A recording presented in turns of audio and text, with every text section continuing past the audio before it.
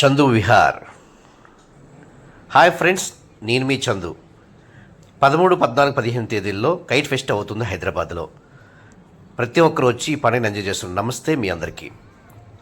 చూడండి, పైకి ఎగురుతున్న గాలిపటాన్ని చూస్తుంటే ప్రతి ఒక్కరు మన జీవితంలో పైకి ఎగరాలని, ఉన్నతమైన స్థానం మనం అవరోధించాలని, కష్టపడే సంకల్పం, ధైర్యం ఉండాలని ఒక సింబాలిక్గా చెప్తున్నట్టు కైట్ మనకు అనిపించట్లేదు?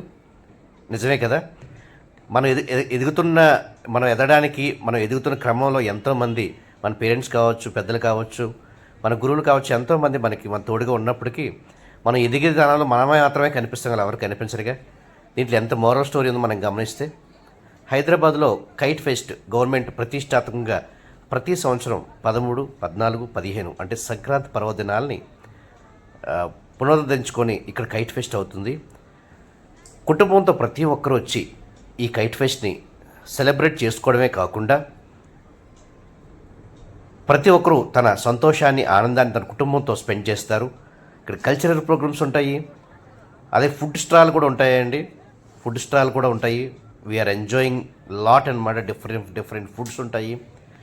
యాక్చువల్గా మన చిన్నతనంలో గమనిస్తే తీర్థాలు, పరసలు గ్యాదరింగ్ ఉండేదండి. మొత్తం ఫ్యామిలీ గ్యాదరింగ్ ఉండి అందరం ఒక దగ్గరికి వెళ్ళి ఎంజాయ్ చేసేవారు అండి. చూడండి కైట్స్ ఎలా ఉన్నాయో. పైన కైట్స్ చూపించే ప్రయత్నం చేస్తున్నాను. బాగున్నాయి కదా, చాలా బాగున్నాయి. క్రౌడ్ చూడండి, మొత్తం క్రౌడ్ ఫ్యామిలీస్ వచ్చి రియల్లీ అమేజింగ్ అనమాట. ఏస్తో ఫ్యాక్టర్ లేదండి. ఇది చూసారా, మెట్రో ట్రైన్ టైప్ ఉండే కైట్ అనమాట. నిజంగా చాలా బాగుంది. సో ఇవన్నీ చూస్తుంటే మనసులో తెలియని ఆనందం, సంతోషం వస్తుంది కదండి మనకి. ఈ కైట్ హిస్టరీ చూసుకుంటే కాగితం కనిపెట్టడానికి 1000 సంవత్సరాల ముందుకాంచే ఈ కైట్ ని ఎగరేయడం జరిగిందంటే అండి. రాకాసి కైట్లా ఉంది. ఇది చూడండి, డిఫరెంట్గా ఉంది కదా. ఈవినింగ్ సన్సెట్ కూడా చాలా బాగా అనిపించిందండి. నిజంగా మన ఊరికి ఏదో కారణం వల్ల వెళ్ళలేకపోతే హైదరాబాద్ నుండి కుటుంబంతో ఎంజాయ్ చేయడానికి ప్రతి సంవత్సరం జరుగుతుందండి. నిజంగా మంచి విషయం అని చెప్పాలి. ఎక్సలెంట్గా ఉందండి. ప్రతి ఒక్కరు వచ్చి శుభ్రంగా మంచిగా ఎంజాయ్ చేయొచ్చు. ఇవన్నీ ఫుడ్ స్టాల్ అండి.